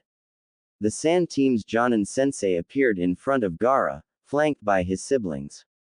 The proctor stepped forward, positioning himself in front of Sasuke to confront the Sand Ninja. Kid, the exams are cancelled. As you probably figured out, Konoha is under attack from the sand and the sound. Follow that teammate of yours who got kidnapped. We'll handle things here, the proctor told him without taking his eyes off his enemy. Sasuke had questions, but this was not the time to ask them. With one last scathing look towards Gaara, he exited the stadium and followed after Sakura and Naruto. So, Lord Casecage, Hiruzen said, observing the chaos around them. He and Jiraiya were now stuck inside a barrier maintained by 4 unknown sound ninja. It seems you decided to betray our trust. Jiraiya had earlier thwarted a sneak attack targeting him a moment before the chaos unfolded. So it seems. The Casecage replied in a breezy tone. Hiruzen was immediately on high alert. This was not the Casecage. How did he not notice this sooner? It seems we're having a class reunion, Sarutobi-sensei. If only the princess were here. The 3 of us, reunited, to see the final moments of their teacher. Doesn't it bring a tear to your eye? Hiruzen's eyes narrowed as he recognized the voice. Besides him, he could feel Jiraiya tense up. Orochimaru. Indeed. It's been a long time, Orochimaru said, tearing a mask off to reveal his snake-like features. I thought it would be fitting for you to witness the end of Konoha at the hands of your former student. I was not expecting my foolish teammate to be present. With him stuck here, who is going to stop my summons from wreaking havoc outside, I wonder. Hiruzen looked grim. Jiraiya, can you get outside? Not with the barrier set up the way it is, and with old Snake Face here. Jiraiya sighed. And I don't want to leave you here to face him. You underestimate me, Jiraiya. Hiruzen smiled. It seems we'll have to make quick work of you, Orochimaru. Earth style. Mud River. Orochimaru was suddenly pushed into an enormous torrent of muddy water that originated without warning beneath the Hokage's feet. In another moment, a dragon's head emerged out of the mud and opened its jaw. Earth release. Earth Dragon Bullet. Fire release. Fire Dragon Bomb. Hiruzen performed 2 techniques in succession, igniting the stone bullets with explosive firepower and bombarding Orochimaru. Unfortunately, he could see that Orochimaru had already substituted himself with a mud clone. Such impatience does not suit you, sensei, Orochimaru drawled, dodging a punch from Jiraiya by bending at an unnatural angle. His tongue shot out of his mouth, morphing into the shape of a snake. A blade extended from the snake's mouth, missing Jiraiya by a hair's breadth. Orochimaru swung the sword in a wide arc to ward off further attacks, his eyes gleaming with sinister delight as he flipped through some hand signs. Summoning. Impure world reincarnation. Orochimaru said gleefully, slapping his palm on a roof tile. The ground beneath him glowed ominously as he completed the summoning. Shit. Jiraiya swore, recognizing the technique. He quickly clasped his hands together. Fire style. Inferno wave. Earth style. Planet splitter. Hiruzen followed up immediately. Jiraiya's destructive sea of fire surged forward, merging with Hiruzen's earth-splitting technique to create a destructive field of lava. The combined force of their jutsus crashed into Orochimaru's summoning circle, creating a massive explosion. Dust and debris filled the air, obscuring their vision and sending shockwaves through the battlefield. The ground trembled under the impact, and everything was shrouded in a thick cloud of smoke and rubble. As the dust began to settle, the outlines of 5 coffins became visible through the haze. 2 of the coffins had taken the brunt of the explosion, but 3 of them remained relatively intact, standing eerily amidst the destruction. Orochimaru's voice cut through the settling dust, filled with twisted glee. I must commend your quick reflexes, but these 3 will be more than sufficient. The coffin lids creaked open, revealing the forms of 3 shinobi. 2 of them were male and were clad in ancient armor, while the third was a woman with bright red hair that was arranged in buns with hairpins in them. She had a blue rhombus marking on her forehead. 2 tags were hanging from her hair buns. Jiraiya quickly positioned himself beside the Hokage and swore when he got a good look at the summoned shinobi. This is gonna be quite troublesome. He immediately performed a summoning technique. A giant magenta-colored toad had materialized beside him, with 2 swords strapped to its waist. You'll have to hold off any attacks for a while, old friend, Jiraiya said as he clasped his hands together as if to pray. Gumekin's eyes widened as he looked at the opposition. He gulped. I'll try, but you know that I'm clumsy. You, the third Hokage was shaking in rage. You don't even leave the dead to rest. Orochimaru simply chuckled darkly, enjoying his teacher's rage. Quote. Is that you, Hiruzen? And Jiraiya? The woman asked, tilting her head. She looked around and looked surprised to see her 2 companions. Are we summoned here by your technique, dear brother-in-law? She asked the white-haired man beside her. It appears so. The man replied, but there was a hint of nervousness in his voice. I never imagined. Oh, didn't you? The woman asked in a deceptively calm tone. I was sure I had warned you against this technique. Several times, in fact. I warned him too. The third man, who had long black hair, joined in accusingly. But does he ever listen to us? No, of course not. Typical. As amusing as it is to see your family reunion, Orochimaru chuckled, you have a village to destroy and students to kill. Specifically, your village and your students. A pipe dream. The woman sighed, forming a few hand signs. However, she was forced to stop midway. We can't have that, can we, Lady Mito? You will do exactly as I tell you. Orochimaru said smugly. I always knew that you were a rotten apple, Orochimaru. Mito Uzumaki muttered, her face darkening as she recognized her summoner. She could see that both of the Senju brothers were also facing similar difficulties breaking out of the jutsu. It seems they were significantly weakened so that the jutsu could hold them. This was both a good thing and a bad thing. Senju Hashirama sighed, giving up his efforts to escape from the jutsu. Sensing his chakra, he felt as if he was back to being a teenager. He couldn't resist as the shinobi called Orochimaru plunged a kunai infused with seals into his skull. He could feel his personality becoming muted and his will diminishing as if he were watching his body from a distant place. Hiruzen quickly reined in his emotions and summoned the Monkey King, getting ready for a serious battle. Once the reanimated shinobi were out of their coffins, there wasn't much you could do to stop the jutsu. All he could do was to prepare for the inevitable confrontation. A moment later, chains made of pure chakra exploded out of Mito, intending to skewer Jiraiya. At the same time, the Hokage was assaulted by a veritable hail of earth and water bullets. The chakra chain collided with Gumekin's shield, though the sheer force of the impact pushed him back. Jiraiya quickly hopped onto Gameken's back. Taking the cue, the toad leapt into the air, creating some distance between them and the reanimated shinobi. Hiruzen had erected a sturdy mud wall that was taking most of the damage from the barrage of water bullets. However, the wall was destroyed by a powerful jet of water in the next moment. Wood style. Deep forest emergence. The first Hokage slammed his palm to the ground. Genjutsu. Bringer of darkness, the second Hokage followed up with his own signature jutsu.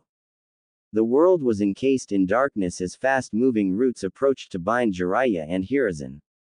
Ah, shit, who turned off the lights? Jiraiya cursed in dismay. Naruto felt a strange chill as he chased after the unknown Anbu who had captured Sakura.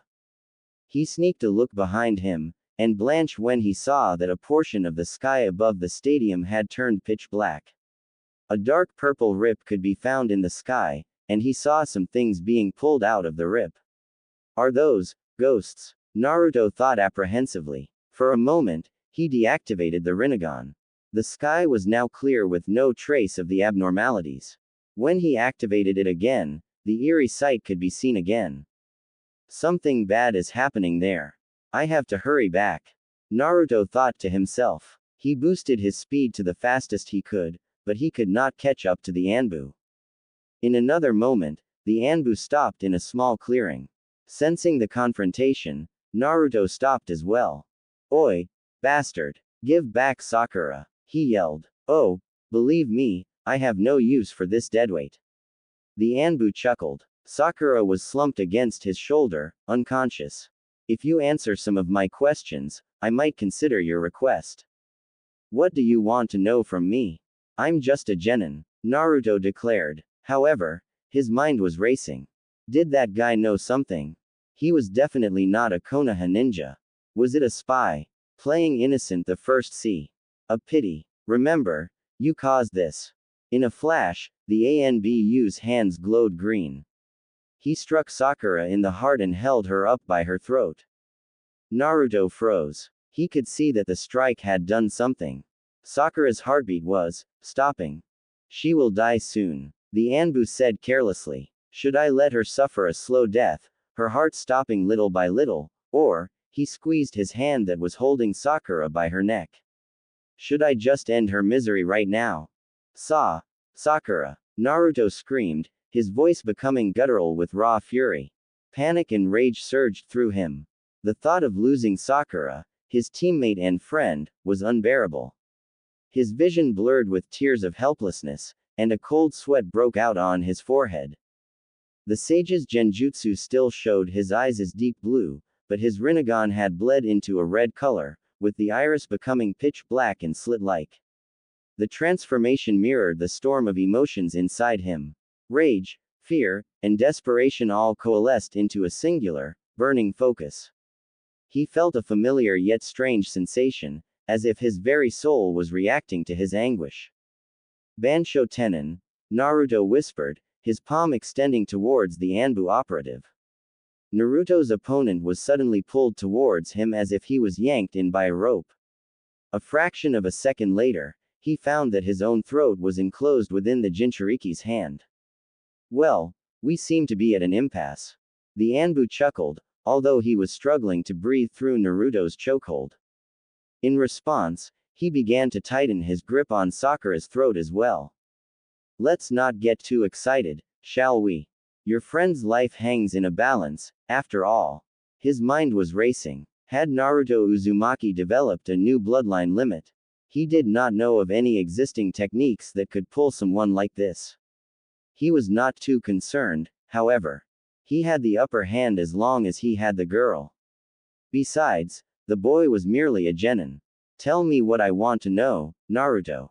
Things will be a lot smoother that way. Ninjendo, Naruto said quietly. That was the last thing Kabuto Yakushi, spy of Orochimaru and former root operative, heard in this life. In another moment, his grip on Sakura loosened and the limp body of Kabuto fell to the ground.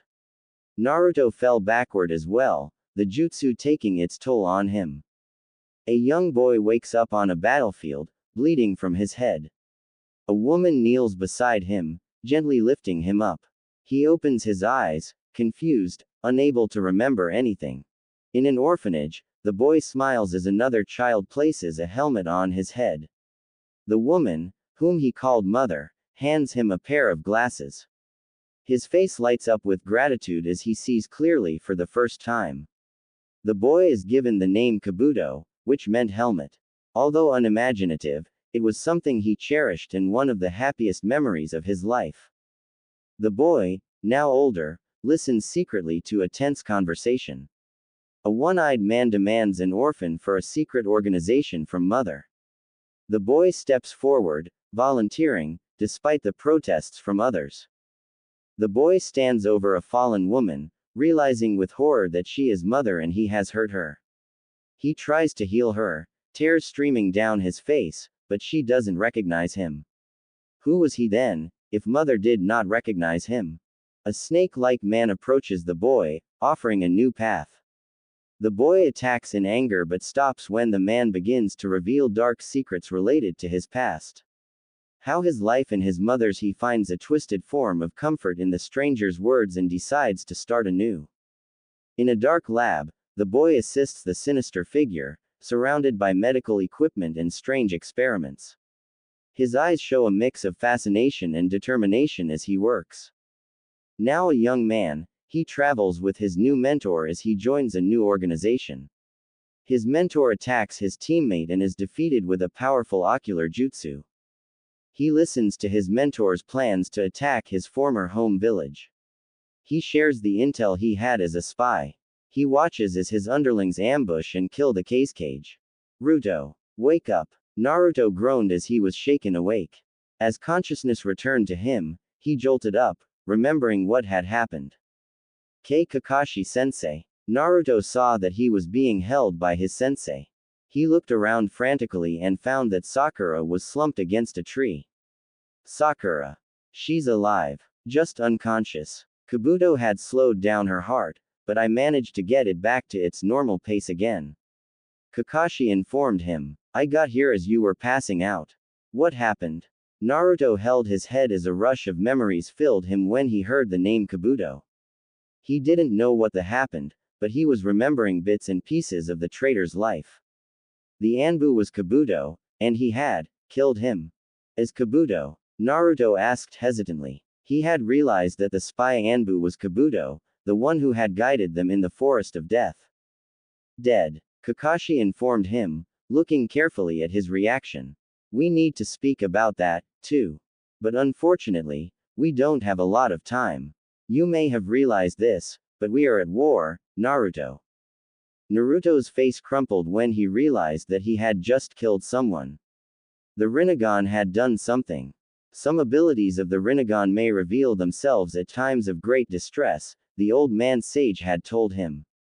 Somehow, the anger and fear he felt when he realized that Sakura was about to die triggered this ability. He had somehow absorbed Kabuto's soul. It creeped him out when he thought about it. As he sat there, he was remembering more and more of Kabuto's life. That guy was seriously messed up, Naruto whispered. Is this root thing still present in our village, Kakashi-sensei? Kakashi stiffened. How do you know about that, Naruto? I absorbed Kabuto's soul. Naruto whispered. I somehow got a bloodline limit during my training. The old man Hokage asked me to keep quiet about it, but it somehow acted on its own and absorbed that guy's soul. When he was about to kill Sakura, Naruto shivered, revulsion stirring within him. He felt as if his very core had been tainted by the experience. What's happening to me? I'm remembering Kabuto's life. I'm getting his memories. He muttered, his voice trembling. He clenched his fists, trying to suppress the rising fear and confusion. I didn't want this. I didn't mean to. Kakashi was still in shock when he heard what the bloodline limit could do. Even in legends, he had not heard of an ability like this. To pluck someone's soul out as if it were a fruit hanging from a tree. He shivered at the implications. Thankfully, Naruto was not someone who would go mad with that kind of power. Get a hold of yourself, Naruto. He said, gripping the boy's shoulder.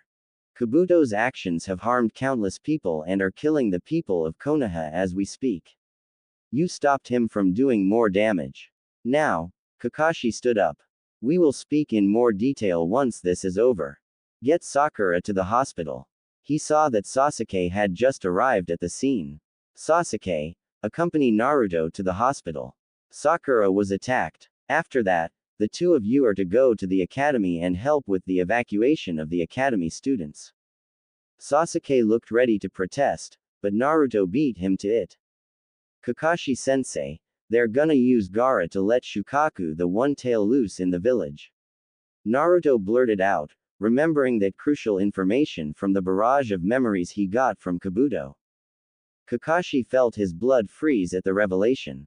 Change of plans. Naruto, create a few shadow clones. Our clones will get Sakura to the hospital. He created his own clone. The three of us will follow Gaara's team. Sasuke frowned, unsure how Naruto got that piece of information. He was probably missing some context, seeing as there was a dead Anbu lying next to Naruto. Should we aim to kill the Sand Ninja? He asked Kakashi. Unfortunately, yes. Kakashi sighed. We cannot afford to hold back in this situation, especially towards Gaara. If he releases the tailed beast, the village would be in a lot of trouble. You've all been very hush-hush regarding him. What's his secret? Sasuke demanded. Naruto said something about a one-tail. Gaara has a tailed beast, a demonic creature filled with chakra similar to the 9 tails, sealed within him. Kakashi explained. It seems they are going to release the beast within Konoha. And how did you know about this? Sasuke asked, facing Naruto. The Anbu guy gloated about it before Kakashi-sensei came and finished him off. Naruto said, without missing a beat. Sasuke would not accept any other answer without questions. Sasuke didn't seem entirely convinced, but a glare from Kakashi intimidated him into subordination. Pakun, follow our clones and warn them of any danger. Kakashi said. Naruto looked on curiously as a small dog came forward and saluted Kakashi. Now, Team 7, move out. Kakashi dashed towards the direction they had seen Gaara go, with Naruto and Sasuke following closely behind him. As they moved towards Gaara's location, Naruto's mind processed other earth-shattering revelations from Kabuto's memories. Hang in there, old man. He now knew what he had seen was probably a result of Orochimaru's jutsu. He didn't know how strong the previous Hokage were, but he was comforted that Jiraiya was with the old man even if things went south. He also had to inform them about the shady organization that was targeting him and his fellow Jinchuriki. As Kakashi, Naruto, and Sasuke raced through the forest, tracking Gaara's trail, Naruto's mind was still processing the flood of memories and knowledge he had involuntarily inherited from Kabuto. Among the chaotic torrent of information, the first thing that he focused on was their most immediate concern, Gaara. His past stood out thanks to its similarities with him. Another Jinchuriki ostracized by their village, but Gaara's case was much, much worse than his. Kabuto was all about messing with people's heads to use it against them. As a spy, he observed how people behaved and understood the motives for their actions. For example, Gaara's dad, the Kazekage, saw his son as nothing more than a broken weapon. From day one, Gaara was treated like a tool, just a container for the one-tail beast. When it was clear that Gaara was struggling to suppress the Shukaku, the Kazekage sent assassins, including Gaara's own uncle, to test him. If they killed him, it meant Gaara was a failure. No wonder Gaara's so messed up. Naruto wished he could do something to help Gaara. But Kakashi-sensei wanted them to aim for the kill, to minimize casualties. The whole situation was seriously screwed up. To make the situation worse, the old man, the third Hokage, was facing off against the previous Hokage and even the first Hokage's wife, who was a Jinchuriki of the 9 tails like him. Her name was Mito Uzumaki, and she was a powerful kunoichi with insane chakra and sealing skills. Kabuto had always suspected Naruto really was the same clan as her, figuring Naruto was probably an Uzumaki too. His last name could be a ruse to throw people off, but given the fact that he was a Jinchuriki and had a huge amount of chakra, it was possible that he was one. The thing was though, almost all Uzumaki had bright red hair. Naruto's hair color actually resembled the Yamanaka or the late 4th Hokage. But Kabuto had ruled out that Naruto was related to the 4th after seeing his performance in the first round of the Chunin exams. Naruto was deeply insulted. Another big problem he learned of from Kabuto was within the village itself. That was a guy called Danzo, who was the old man's teammate. The guy ran Root, a shady underground Anbu unit that did a lot of dirty work. Danzo's methods were brutal and underhanded, training his subordinates to be emotionless tools and even having them kill each other. Naruto felt that this was somewhat similar to what Gaara's father was doing. It was like these bastards got off of making other people suffer. Naruto couldn't believe the 3rd Hokage was letting someone like Danzo run his own secret Anbu. It just didn't make sense. Danzo's links to Orochimaru made the situation worse. They worked together on some sick experiments on people. The Hokage was seemingly not aware of the extent Danzo had sunk to. But Danzo was stabbing the village in the back right now by not lifting a finger while Konoha was being attacked. Kabuto suspected that the man wanted to be Hokage himself and was using the invasion as an excuse to get rid of Hiruzen. He really had to tell the old man about this, but it was not as urgent as what they were doing now. He looked at Sasuke as he unconsciously ran his hand over Orochimaru's curse mark. Naruto shivered. Even Kabuto did not know what the curse seal did, exactly. Orochimaru designed it way back, and had put it on his student, Enko the crazy snake lady from the Forest of Death. But he had modified it based on some experiments conducted on some kid named Jugo, who could passively absorb nature chakra. The cursed seal replicated this and made someone stronger because of it, but their mind becomes unstable because of the overload of nature chakra. However, Orochimaru had many secrets inside the cursed seal that no one else was privy to. Naruto watched the seal with his Rinnegan, trying to understand how it worked. He could see that there was a silver of chakra imbibed in the seal, but that looked too small to be this nature chakra that Kabuto knew about. It seemed that only sages could sense nature chakra, so maybe the Rinnegan couldn't see it. He was going to have to ask the pervy sage about this. What Naruto had gleaned from Kabuto was that Orochimaru had a creepy hobby, body swapping. And guess who was up next on his wish list? Sasuke. Orochimaru was eyeballing Sasuke's body like it was the last piece of cake at a birthday party. The plan: stoke the fires of Sasuke's family drama, then swoop in with promises of power-ups and new abilities, basically like Con Man. Naruto knew he had to tell this to Kakashi. There was no way he was going to let Team 7's resident brooder get turned into Orochimaru's newest toy. The bastard might be a pain in the, but he was his teammate, damn it. Sasuke shot him a weird glance, clearly wondering why Naruto kept staring at him. Naruto quickly snapped his gaze back to the road, filing away his questions for a less life-threatening moment. Speaking of Sasuke's brother, Itachi took the whole rebellious phase to an extreme by wiping out his entire clan, sparing only Sasuke, and then deciding to hang out with a group called the Akatsuki. These guys weren't your average book club. Nope. They were a full-blown bent-on world domination terrorist organization, aiming to extract the chakra of tailed beasts from Jinchurikis like Gaara and Naruto. Now aware of them, Naruto was understandably a bit on edge. The gang included a puppet enthusiast named Sasori, the moody psychopath Itachi, and a water-loving shark dude named Kisame from the Hidden Mist. Orochimaru knew about Akatsuki's leader, but Kabuto was not told who that was. But all of them were super strong ninja. As Kakashi's clone and Naruto's clones rushed to drop the unconscious Sakura at the hospital, Kakashi's clone quickly turned to Naruto's. "What did you get from Kabuto about the Sound Village's plan?" he asked urgently. Naruto's clone scratched his head, recalling the details. Kabuto was gonna help summon a bunch of giant snakes in the village. With him out of the picture, The snake threat won't be so bad, I guess. But Orochimaru was talking about waking up some old cage using something called impure world reincarnation. Kakashi's face went white. Reshuruk the past cage. Are they going to summon the first, second and fourth? I think so. Orochimaru said something about having some trouble getting hold of the fourth. But he planned to summon the first and second Hokage, the first's wife Mito Uzumaki, and 2 kage from other villages. He thinks that some of the summonings may be stopped by the Hokage and Jiraiya, but the remaining should be enough. Kakashi felt a kind of primal fear when he heard that the first Hokage was going to be summoned. He had listened to his father's stories about him, which were from his grandfather who had actually seen the guy.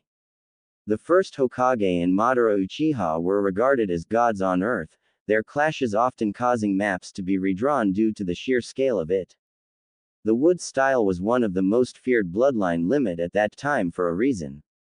The second Hokage was also a formidable force to deal with. He didn't know much about Mito Uzumaki other than the fact that she was rumored to be the container of the 9 tails at her time. That made her a formidable shinobi as well. Depending on which past cage of the other villages were involved, there was a significant cause of concern there as well.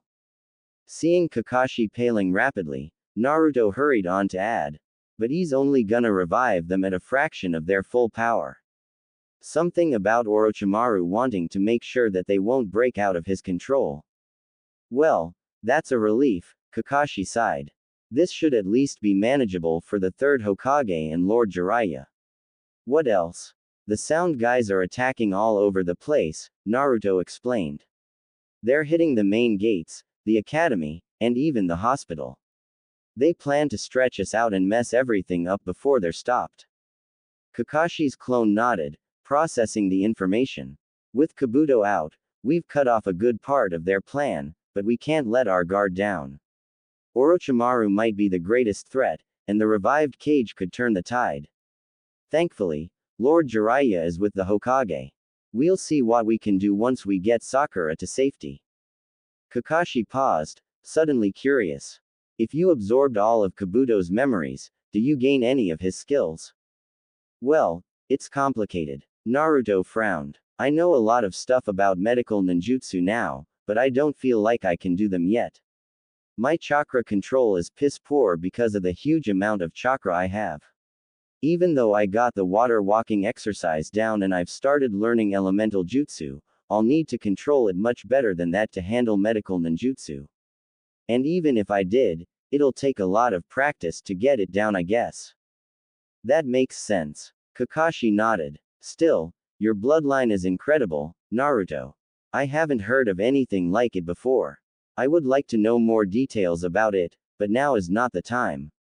Yeah, I know. Naruto nodded. Pervy Sage told me that he had a student a long time ago who had this bloodline. It's incredibly rare, he said. Well, it's good that Lord Jiraiya knows about it. Kakashi was relieved. That makes things a lot simpler. Did he mention what clan that student was from? Funnily enough, Pervy Sage said that guy was an Uzumaki too. But he said this is not a bloodline of the Uzumaki clan as far as he knew. Of course, Naruto knew why he got the Rinnegan from the sage's explanation. But that did not explain how this Nagato guy got it. That's strange. Kakashi hummed. From my understanding, the Uzumaki bloodline limit is their strong chakra, thick enough to be solidified and morphed into objects. Kakashi was scarce on the details, as this was not the time or the place to talk about Naruto's mother. That checks up with what Kabuto knew about my clan as well. Naruto nodded. But no one ever told me I'm from such a big clan. Well, the Uzumaki were unfortunately wiped out in the Second Shinobi War, with only a handful of survivors. Kakashi consoled him. The fear against the clan is still prevalent in some of the villages that destroyed them. It's probably for your own safety that you were never confirmed to be of the same clan, Naruto. Due to Konoha's strong ties with them, many would think you were named in honor of the clan. As you don't have their red hair, people would write off your name as a coincidence. Hiding in plain sight, huh? Naruto nodded in understanding. You knew who my parents were, sensei? He asked hopefully. Kakashi sighed. I did, but I am forbidden from revealing it, Naruto. Perhaps the Hokage himself will reveal it when the time is right. Just know that they loved you deeply and were heroes of this village. That means a lot, Kakashi-sensei, Naruto said quietly, trying to absorb the weight of everything he'd just learned. The knowledge of his clan, his parents, and the history behind his lineage was overwhelming. The knowledge filled him with an overwhelming sense of connection, a belonging he had craved all his life. Most comforting of all was the assurance that his parents had cherished him deeply, a stark contrast to Gaara's painful upbringing. This realization, that he was truly loved from the start, warmed him from within, soothing some of the old aches in his heart. Jiraiya held on to Gameken while the samurai toad expertly dodged Mito Uzumaki's chakra chains. He was thankful that Gameken could sense the attacks easily, as the toads used nature chakra and their senses were heightened without requiring a special sage mode.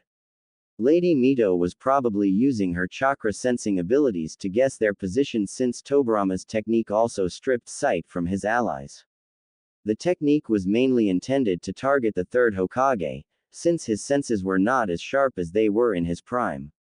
Lord Jiraiya, she is persistent, Gameken commented as two sets of chains flanked them and curled around them.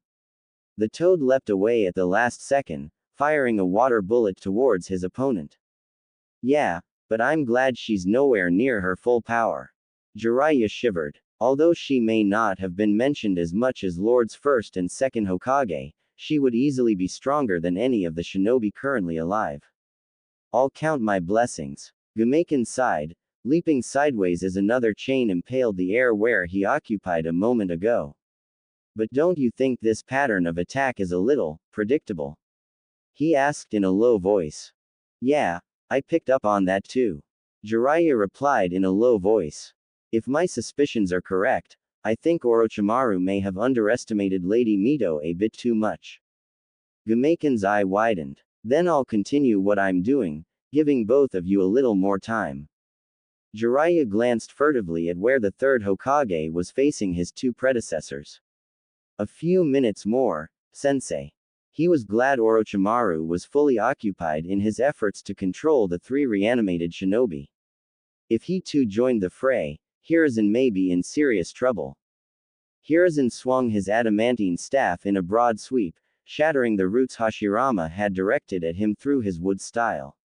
He was grateful that this incarnation of Lord Hashirama was considerably weakened. He would have been unable to face the full strength of such techniques, known to restrain even the tailed beasts. Detecting a surge of water-natured chakra, Hiruzen thrust his staff towards Hashirama, using his body as a pivot to swiftly maneuver out of the incoming attack's path. Once repositioned, Hiruzen did not dare let up his momentum. He quickly gathered his chakra and unleashed a powerful fire release, dragon fire technique. A colossal stream of fire erupted from his mouth, roaring towards Hashirama with intense heat. The fire met a barrier of thick vines and leaves conjured by Hashirama's reflexive defense, creating a sizzling clash of elements. Once again, Hiruzen used his staff to move from his location. As expected, a deadly stream of water sliced through his earlier location and missed him by a hair's breadth. Why don't you seal them away, Sarutobi? Enma asked, taking advantage of the brief respite. That would be a temporary solution. Hiruzen agreed. However, what is sealed can be unsealed, unless one is willing to raise the stakes. While he spoke, he turned the battleground into a swamp to immobilize his opponents. In response, Hashirama quickly employed his wood style to construct a platform over the swamp, effectively shielding the entire arena. Hiruzen then spun his staff, skillfully deflecting a barrage of water bullets that the second had launched at him. Higher stakes? Enma inquired. There's one place where they would be permanently sealed. I believe you can guess where, old friend. No. Enma protested. Don't speak of such a sacrifice so lightly. Jiraiya seems to be preparing himself for using the sage arts. We will stop them together once he is ready. To Enma's relief, Hiruzen agreed. It seems that it will not be necessary. Orochimaru has made a grave mistake in his calculations.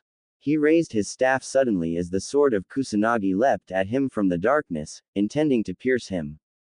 A mistake. Orochimaru chuckled. Tell me, sensei, what mistake did I make this time? You will realize it soon enough. Hiruzen suppressed a smile. If you think that clown's senjutsu will be enough to stop us, I will have to burst that feeble hope. Orochimaru chuckled darkly. My summons have limitless chakra, and their bloodlines are potent. Perhaps I should stop toying with you two and instruct my summons to step things up. What do you say, sensei? Orochimaru clasped his hands together to form a ram seal. Mito Uzumaki smiled triumphantly as she felt the last bit of control Orochimaru had on her vanish. The moment she had learned of Tobirama Senju's impure world reincarnation technique was the moment she started her work on countering it. A technique such as that would be disastrous in the wrong hands, and there was nothing more horrifying than having to come back to the world of the living only to murder your former comrades and loved ones. Originally, Tobirama developed this jutsu to counter the Uchiha threat prior to the founding of the Hidden Leaf Village, during a time when the Senju and Uchiha were fierce adversaries. Back then, the safeguarding of such a dangerous technique was simpler. It was entrusted only to those within the Senju clan who bore a deep-seated vendetta against the Uchiha, ensuring it stayed out of enemy hands. However, the power of the technique had somehow made Tobirama obsessed with it.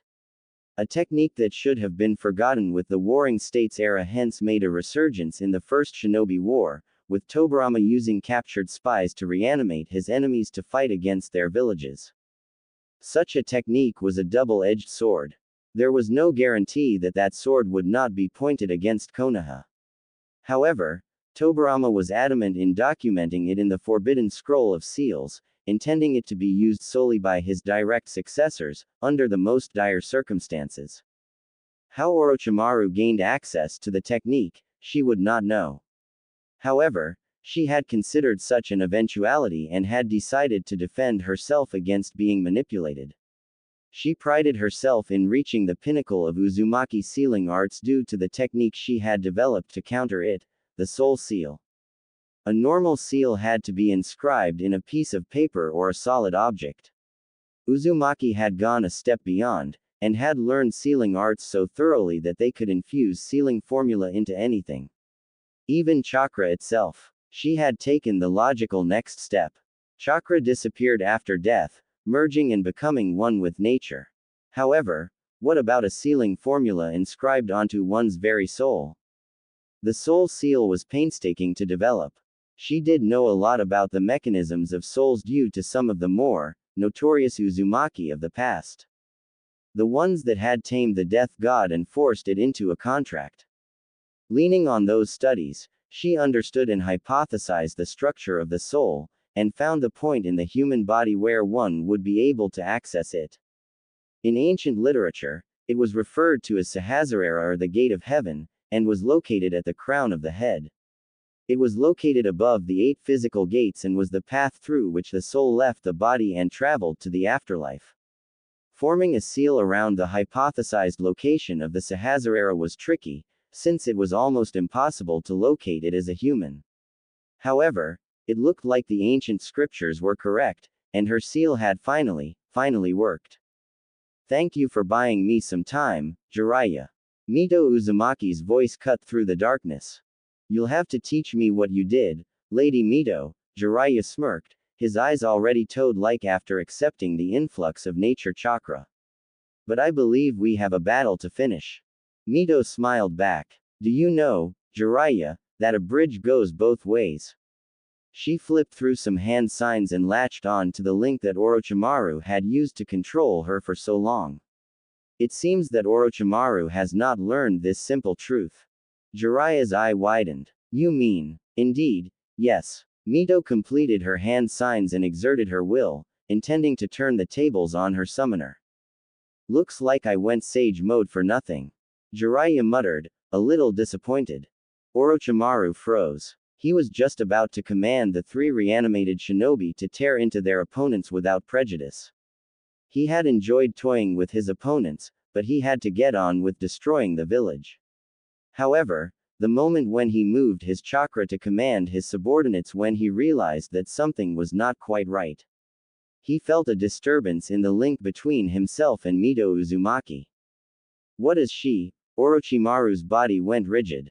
At that moment, the darkness that permeated their surroundings vanished and the Hokages stopped their attacks. Fascinating. The third Hokage relaxed marginally, seeing Orochimaru's plight. I never believed this would be possible. Orochimaru tried to resist as his body moved against his will. What is happening? Hiruzen watched the hand seals his former student was forced to perform with a twinge of amusement. Did you not tell me that you wanted to learn all the jutsu in the world, Orochimaru? I believe you will quite like this one. How is that hag controlling me? Orochimaru hissed. I summoned her. Lady Mito was always a cautious type, Hiruzen remarked. She always feared Lord Second's reanimation technique. When someone of her caliber dedicates herself to developing a counter for it, you can be sure that it would be quite impressive. He chuckled. What is this technique? Orochimaru said in fear. These are not the hand seals to release the resurrection. It seems Lady Mito is seeking a permanent solution. Hiruzen humored his old student. Tell me, Orochimaru, do you understand why the Uzumaki were so feared that entire nations conspired to obliterate them from existence? Orochimaru's eyes flared with irritation and helplessness as he continued to be puppeteered through the sequence of hand signs. Spare me your cryptic musings, old man, he hissed through clenched teeth. The tales of the past aren't mere folklore, especially when they speak of an Uzumaki who dared to bind the death god itself within his seal, striking a fearsome pact. Cease your rambling, Orochimaru snarled, attempting to dismiss the legend. Ah, but history becomes a legend when it is too vast to be believed, Hiruzen countered smoothly. Consider this, Orochimaru, the pact was a contract of sacrifice. The Uzumaki summoner traded his own soul to ensure his foes would perish alongside him, sealed within the belly of the death god.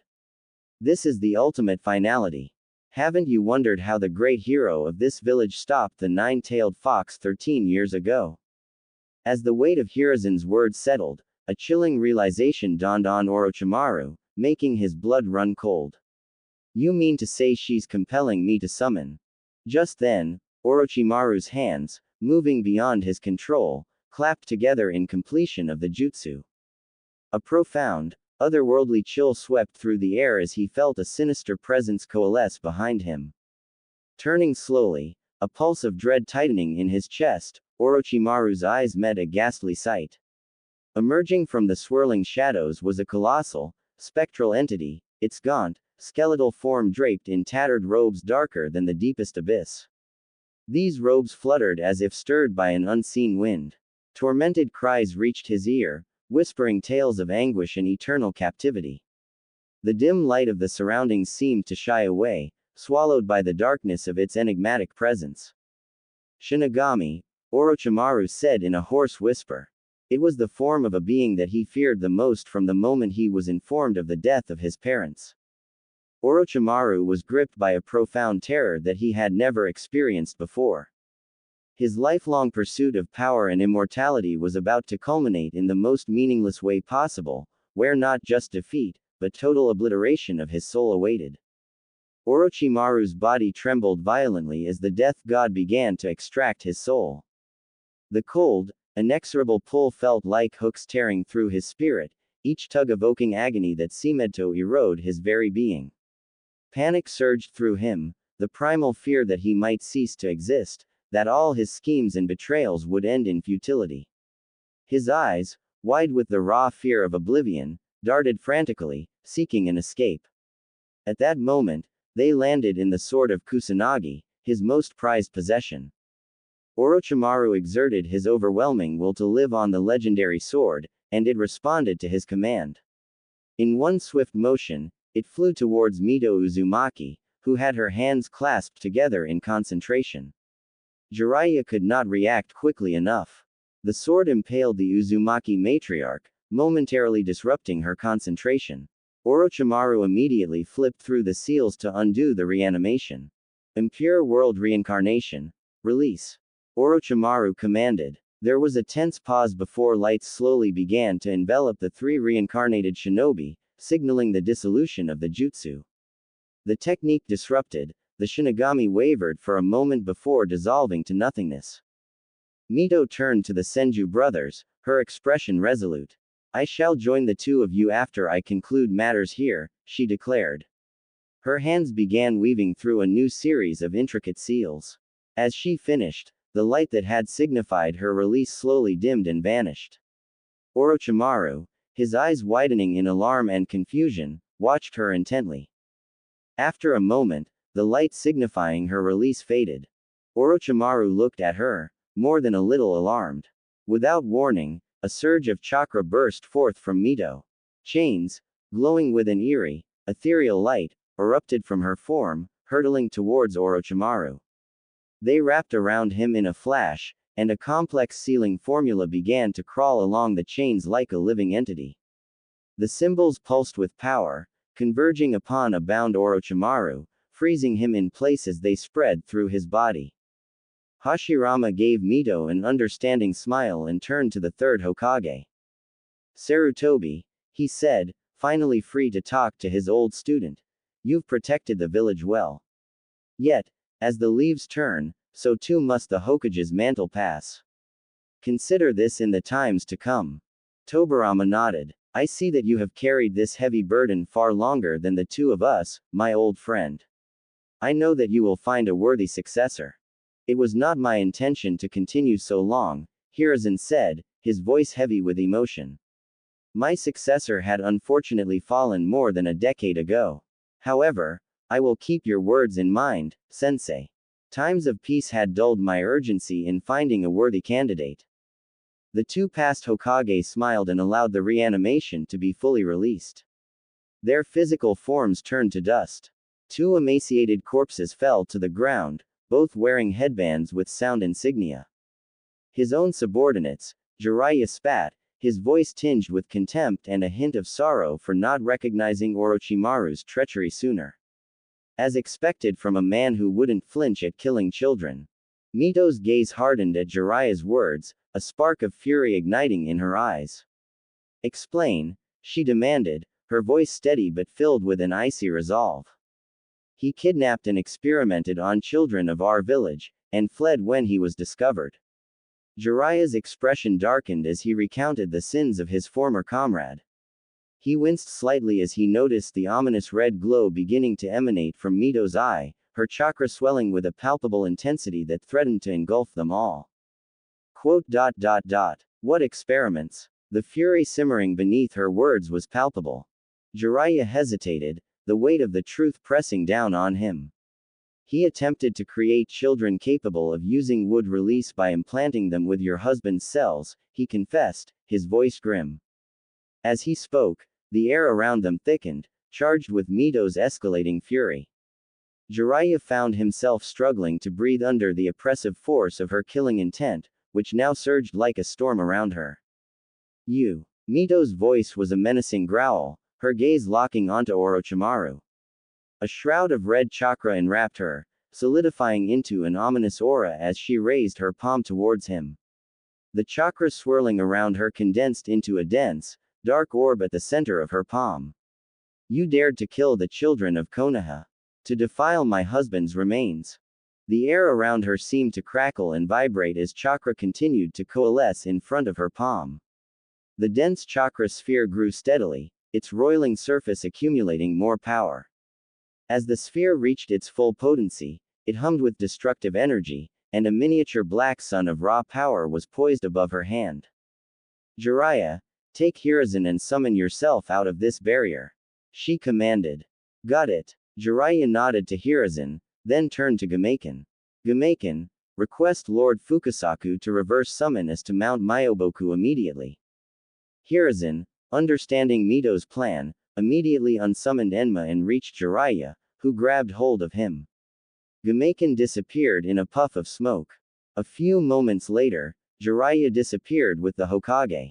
No. Orochimaru's voice tore through the air, a mix of fury and desperation. You fools. If you unleash that power here, you'll obliterate your beloved village. Mito smiled humorlessly. I'll have to thank your brave bodyguards for safeguarding it, then. With a thrust of her palm, she launched the tailed beast bomb towards an immobilized Orochimaru. Orochimaru realized at that instant that he had been had. The four purple flames formation was still active. Fools, undo the barrier. Undo. Orochimaru could not finish that sentence as the tailed beast bomb exploded in his face. Inside the barrier, the tailed beast bomb exploded with a deafening roar. An enormous explosion filled the barrier and stretched and strained its limits. As the attack reached its peak, the immense pressure and heat began to take their toll on the barrier's integrity. The inner layer of the barrier, closest to the explosion, started to vaporize under the relentless assault of the tailed beast bomb. It disintegrated, unable to withstand the concentrated energy that bombarded its structure at every moment. The destruction of the inner barrier had dire consequences for the four shinobi maintaining the two barriers. The sudden release of energy from the inner barrier's collapse overwhelmed them, their forms evaporating in a flash of scorching light. As they perished, the outer barrier, now unsupported, fared out of existence, no longer sustained by their chakra. Although the barriers failed, they fulfilled a crucial function. They directed the majority of the blast upwards. The explosion, rather than spreading outward in all directions, funneled a significant portion of its energy skyward.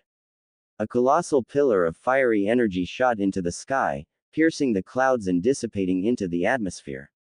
This redirection spared the surrounding area from total annihilation, though the ground zero of the impact was scorched, leaving a charred crater as a testament to the bomb's power. We're close. Naruto muttered as he, Kakashi, and Sasuke continued their pursuit of Gaara. A couple 100 meters more. Kakashi's ninja dog that was leading them confirmed. How did you know that? Sasuke asked Naruto. The blonde idiot had somehow turned competent during the month-long break. It was alarming that no one seemed suspicious. Usually, such drastic changes with active shinobi would warrant observation. I can kinda sense chakra now.